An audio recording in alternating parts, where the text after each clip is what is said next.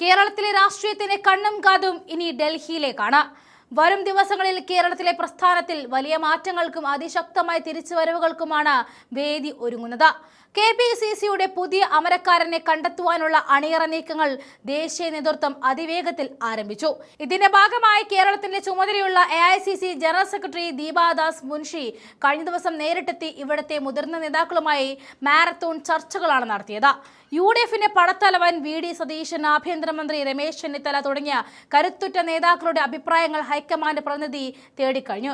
ഇനി ഒരേ ഒരു കാത്തിരിപ്പ് മാത്രം രാഹുൽ ഗാന്ധിയുടെ വരവിനായി. വിദേശത്ത് നിന്നും ഈ മാസം 12-ാം തീയതിയോടെ രാഹുൽ മടങ്ങിയെത്തുന്നതോടെ ഡൽഹിയിൽ അന്തിമ പോരാട്ടത്തിന് തുടക്കമാകും.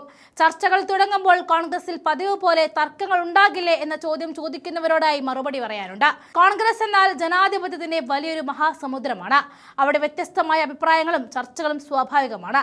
ചിലപ്പോൾ പതിവ് പോലെ ചെറിയ തർക്കങ്ങളൊക്കെ ഉണ്ടായേക്കാം. പക്ഷേ അതൊന്നും ഈ പ്രസ്ഥാനത്തിന്റെ കെട്ടുറപ്പിനെ ബാധിക്കില്ല. ആ തർക്കങ്ങളൊക്കെ അങ്ങേയറ്റം ഭംഗിയായിട്ട് പരിഹരിച്ച എല്ലാവരെയും നെഞ്ചോട് ചേർത്ത് നിർത്തി കൃത്യമായ പ്ലാനിങ്ങോടെ തീരുമാനമെടുക്കാൻ നേതൃത്വത്തിന് നന്നായി അറിയാം. രാഹുൽ ഗാന്ധി കൂടി എത്തുന്നതോടെ പാർട്ടിയിൽ വലിയൊരു രാഷ്ട്രീയ കൊടുങ്കാറ്റാകും വീശിയടിക്കുക. ഇനിയുള്ള എല്ലാ നിയമസഭാ തെരഞ്ഞെടുപ്പുകളിലായാലും തദ്ദേശ തെരഞ്ഞെടുപ്പിലായാലും കോൺഗ്രസിനെ അധികാരത്തിലെത്തിക്കുക എന്ന ഒറ്റ ലക്ഷ്യം മാത്രമേ നമുക്കുള്ളൂ. ആ ലക്ഷ്യം മാത്രമായിരിക്കണം KPCCയുടെ അമരക്കാരനും ഉണ്ടാകേണ്ടത്. അതിനാൽ അങ്ങേയറ്റം ആലോചിച്ച് കരുതലോടെ മാത്രമായിരിക്കും ഹൈക്കമാൻഡ് ആ അന്തിമ പ്രഖ്യാപനം നടത്തുക. ഈ പ്രസ്ഥാനത്തെ നയിക്കാൻ പോകുന്ന പ്രതിഭകളുടെ ഒരു വൻ നിര തന്നെയാണ് ഉള്ളത്. Kodikunnil Suresh, Benny Behanan, Anto Antony, Joseph Vazhakkan, KC Joseph, Adoor Prakash തുടങ്ങിയ പരിചയസമ്പന്നരായ മുതിർന്ന നേതാക്കൾ പേരുകൾ സജീവമായിട്ട് കേൾക്കുന്നുണ്ട്. ഇതിനൊപ്പം തന്നെ ഭരണകൂട ഭീകരതയ്ക്കെതിരെ സിംഹഗർജനമായി മാറുന്ന യുവ നേതാക്കളായ ഷാഫി പറമ്പിൽ, മാത്യു കുഴൽനാടൻ എന്നിവരുടെ പേരുകളും അണികൾക്കിടയിൽ നിന്നും ശക്തമായിട്ട് ഉയർന്നു വരികയാണ്.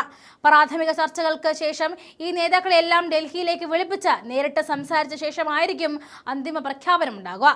അതിന്റെ രാഷ്ട്രീയ ഭീമാചാര്യൻ AK ആന്റണിയുടെ വിലപ്പെട്ട നിർദ്ദേശങ്ങളും ഹൈക്കമാൻഡ് ഇതിന്റെ പൂർണ്ണമായിട്ടും പരിഗണിക്കും എന്നും അറിയാൻ കഴിയുന്നുണ്ട്. ഇതിനിടയിൽ ഒരാൾക്ക് ഒരു പദവി എന്ന വാദമുയർത്തി ജനപ്രതിനിധികളെ സംഘടനാ ചുമതലകളിൽ നിന്നും ഒഴിവാക്കണമെന്ന് ചിലർ ആവശ്യപ്പെടുന്നുണ്ട്. എന്നാൽ പ്രായോഗിക രാഷ്ട്രീയം മുൻനിർത്തി പാർട്ടി നേതൃത്വം ഇത്തരമൊരു തീരുമാനത്തിലേക്ക് പോകുമോ ഇല്ലയോ എന്ന് വ്യക്തമായിട്ടില്ല. KPCC അധ്യക്ഷനായിട്ട് അനുഭവ സമ്പത്തും ജനകീയതയുമുള്ള ഒരു നേതാവിനെ തിരഞ്ഞെടുക്കുമ്പോൾ അദ്ദേഹം MPയോ MLA ആണെന്നത് അയോഗ്യത അല്ല എന്നും ചിലർ വാദിക്കുന്നുണ്ട്. അതിന് ലോക്സഭാ അംഗമായിരുന്ന KC വേണുഗോപാലിന്റെ പേര് തന്നെയാണ് എല്ലാവരും ഉദാഹരണമായിട്ട് മുന്നോട്ട് വെക്കുന്നത്. സണ്ണി ജോസഫ് കഴിഞ്ഞ ദിവസം പറഞ്ഞത് എന്നാൽ മറ്റൊരു നിലപാടായിരുന്നു. ഒരാൾക്ക് ഒരു പദവി എന്ന നിലപാടായിരുന്നു സണ്ണി ജോസഫ് മുന്നോട്ട് വെച്ചത്. വ്യത്യസ്തമായ അഭിപ്രായങ്ങൾ ഉയരുന്നത് കോൺഗ്രസിന്റെ ബലഹീനതയല്ല, മറിച്ച് അത് കരുത്ത് തന്നെയാണ്. വരും ദിവസങ്ങളിൽ ഡൽഹിയിൽ നടക്കുന്ന ചർച്ചകൾ പാർട്ടിയെ കൂടുതൽ ശക്തമാക്കും എന്നതിൽ യാതൊരു സംശയമില്ല. ലക്ഷ്യമൊന്നു മാത്രമാണ് തുടർ ഭരണം. അതിനായി എല്ലാവരെയും ഒരുമിച്ച് ഒരേ മനസ്സോടെ മുന്നോട്ട് നയിക്കാൻ കഴിയുന്ന ജനങ്ങൾ നെഞ്ചിലേറ്റുന്ന ഒരു പുലിക്കുട്ടിയെ തന്നെ KPCC അധ്യക്ഷ പദവിയിലേക്ക് നിയോഗിക്കും.